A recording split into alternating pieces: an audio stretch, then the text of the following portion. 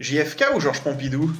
Je pense que les deux présidents, l'un américain, JFK, et l'autre français, ont eu une vie passionnante. J'opterais plus pour JFK qui est l'homme de la crise des missiles de Cuba et reconnu comme le premier président moderne, même si Georges Pompidou n'a rien à lui envier. JFK ou Nelson Mandela?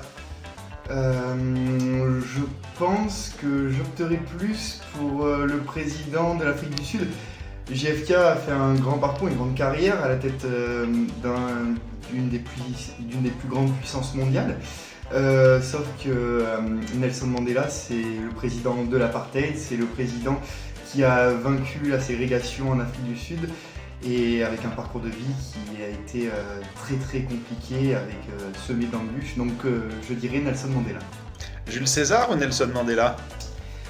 Ce n'est pas la même époque. Jules César qui a joué d'audace pour atteindre son pouvoir, son apogée, tandis que Nelson Mandela, lui, a été forcé de se battre tout au long de sa vie. Il a été emprisonné pendant très longtemps. D'ailleurs, saviez-vous que Nelson Mandela, à sa sortie de prison, a cru que les micros des journalistes étaient des armes à feu et il en a eu peur. Donc j'opterai pour Nelson Mandela. Léon Blum ou Nelson Mandela? À de grandes figures de la liberté d'expression et des droits de l'homme.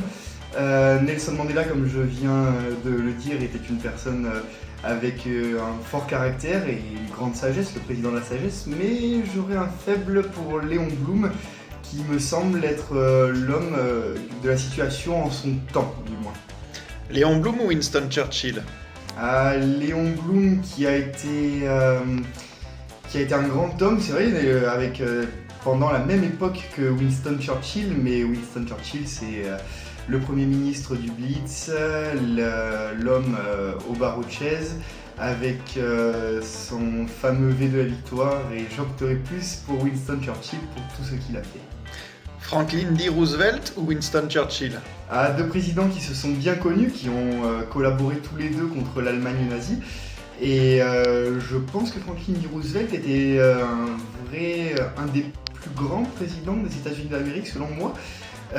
Cependant, Winston Churchill, encore une fois, c'est une personne qui a surmonté l'Allemagne nazie, qui a surmonté la Seconde Guerre mondiale, la Première Guerre mondiale, la guerre des Boers aussi, en Afrique du Sud. Donc je pense que pour l'abnégation et pour la personnalité, je dirais Winston Churchill.